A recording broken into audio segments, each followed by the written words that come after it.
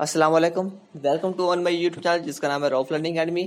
آج کے اس لیکچر میں آپ کے ساتھ سوشل اسٹریٹیفیکیشن کے بارے میں بات کروں گا کہ سوشل اسٹریٹیفیکیشن کیا ہے۔ آئے وقت ضائع کیے بغیر اپنے ٹاپک کی طرف آتے ہیں۔ آئے اپنا ٹاپک سٹارٹ کرتے ہیں کہ ہمارے ٹاپک کا نام تھا سوشل اسٹریٹیفیکیشن، کہ سوشل اسٹریٹیفیکیشن کیا ہوتا ہے۔ یہ ایک سسٹم ہے جس کے اندر سوسائٹی لوگوں کو کیٹرائز کر دیتی ہے، لوگوں کی درجہ بندی کرتی ہے۔ جیسے کہ ایک امیر ہے وہ امیر کے درجے میں شامل ہوگا، ایک غریب ہے وہ غریب کے درجے میں شامل ہوگا، یا ایک کوئی مڈل ہے وہ اس کی مڈل کے درجے میں شامل ہوگا۔ سوسائٹی ایک شخص کی انکم، اس کے رہن سہن، اس کے فیملی بیک گراؤنڈ، اس کی ویلتھ اور اس کی پاور کی بنا پر اس کو کیٹرائز کرتی ہے کہ یہ کس کے گروپ میں شامل ہو سکتا ہے۔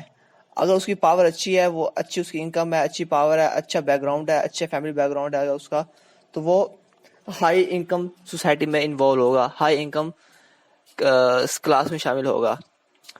اگر ایک آدمی کی انکم کم ہے، بلو کم ہے، غریب ہے، تو وہ غریب کے گروپ میں شامل ہوگا۔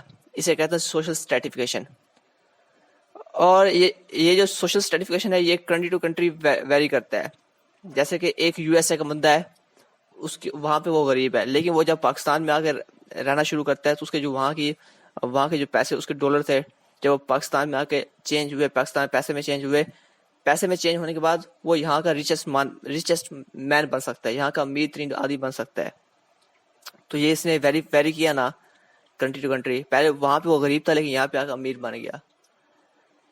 تو اسے کہتے ہیں سوشل اسٹریٹیفیکیشن، کہ سوسائٹی لوگوں کو ان کی انکم، ان کی فیملی بیک گراؤنڈ، ان کی پاور، ان کی ویلتھ کی بنا پر ان کو کیٹرائز کر دیتی ہے کہ یہ کس گروپ میں شامل ہو سکتا ہے، کہ یہ غریب ہے تو غربت میں آئے گا، اگر امیر ہے تو امیرت میں آئے گا، اگر مڈل میں جائے گا۔